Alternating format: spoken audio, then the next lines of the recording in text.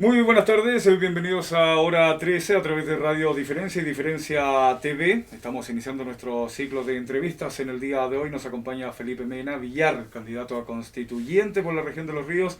Él es ex director regional del FOSI, del INJUB y también del Instituto Nacional de Deportes.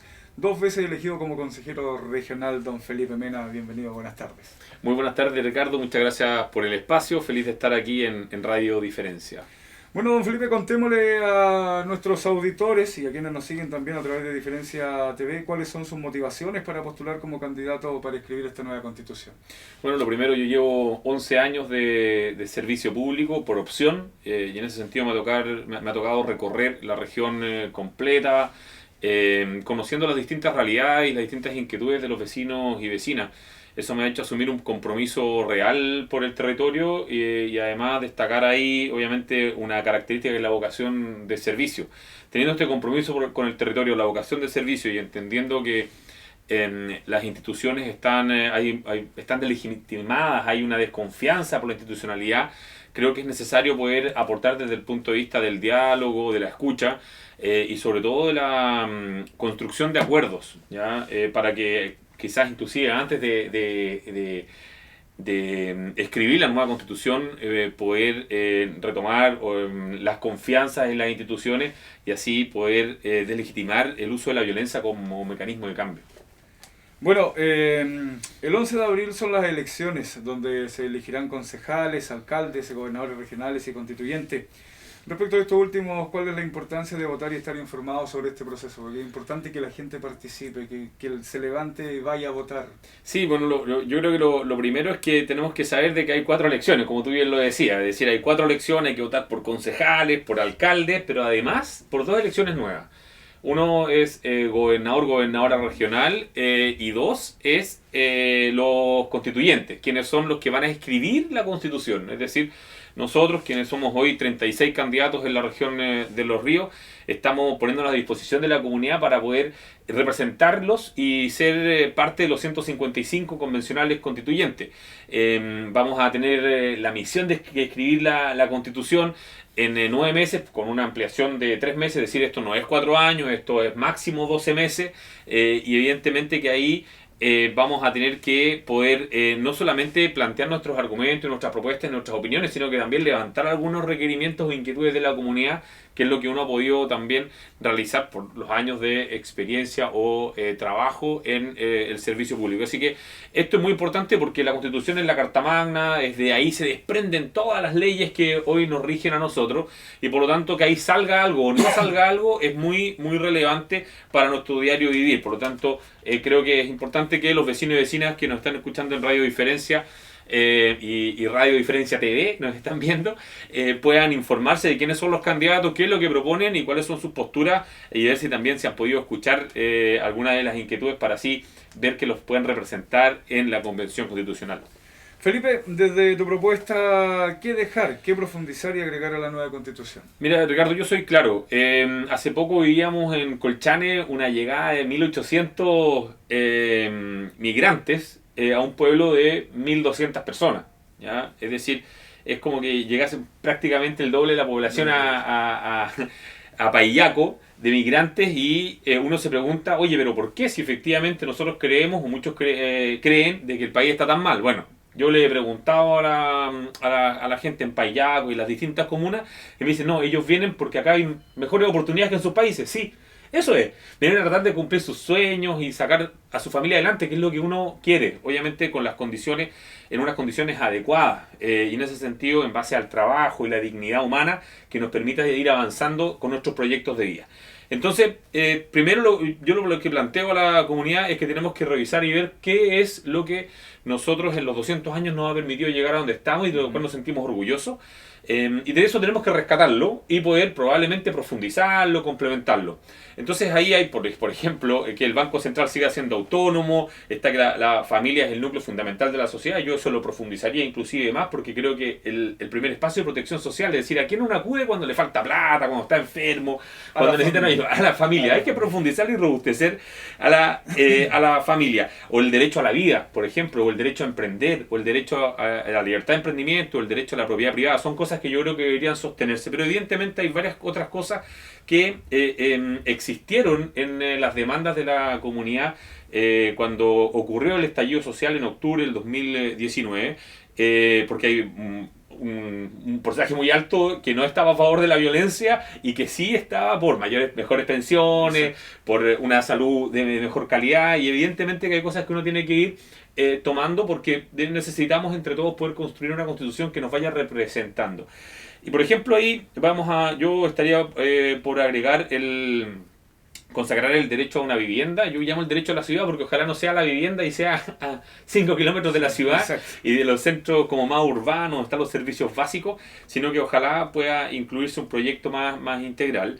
El agua creo que es necesario, me lo habían preguntado acá hace un tiempo atrás, creo que lo podríamos incorporar obviamente como un bien nacional de uso público, entre otras cosas que yo creo que tenemos que ir incorporando. Además, la profundización de la descentralización, y aquí yo soy súper categórico, creo que debe quedar consagrado en la Constitución que el 30% de los recursos a nivel nacional puedan bajar a través de los municipios, principalmente, pero también de los gobiernos regionales, entregándole mayores atribuciones, ¿ya?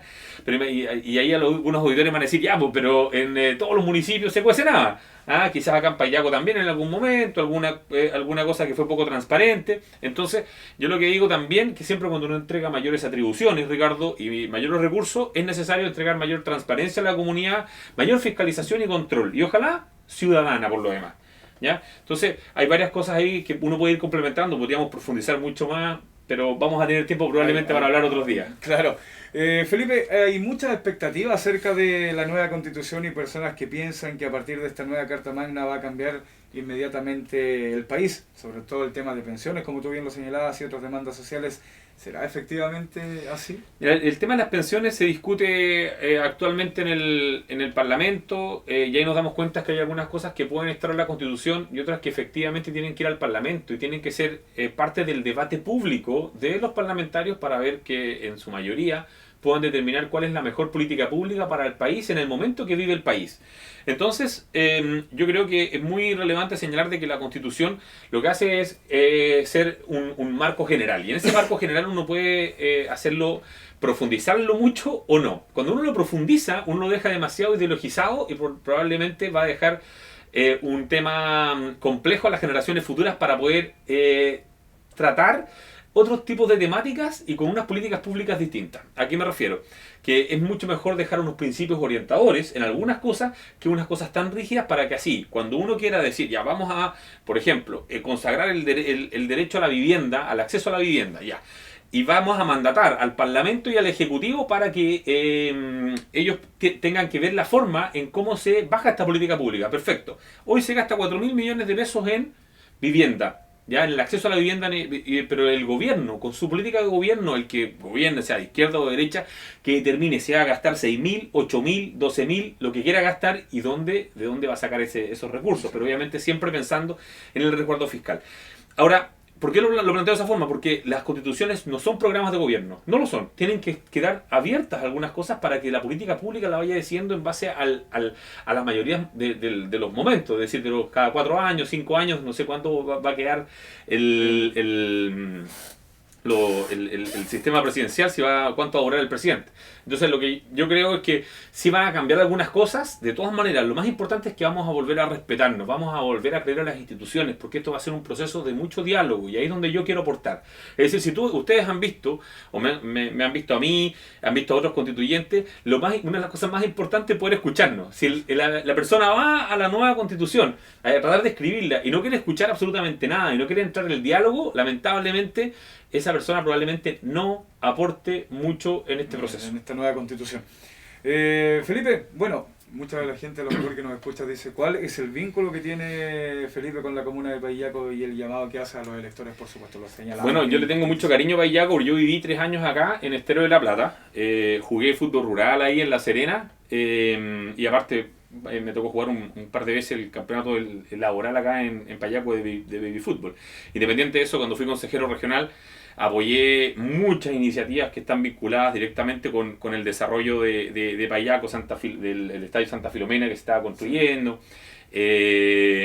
algunos frill, en la primera compañía de bomberos, no sé, hay una serie de iniciativas. Entonces, hay una vinculación con Payaco, es decir, no hay un desconocimiento del territorio.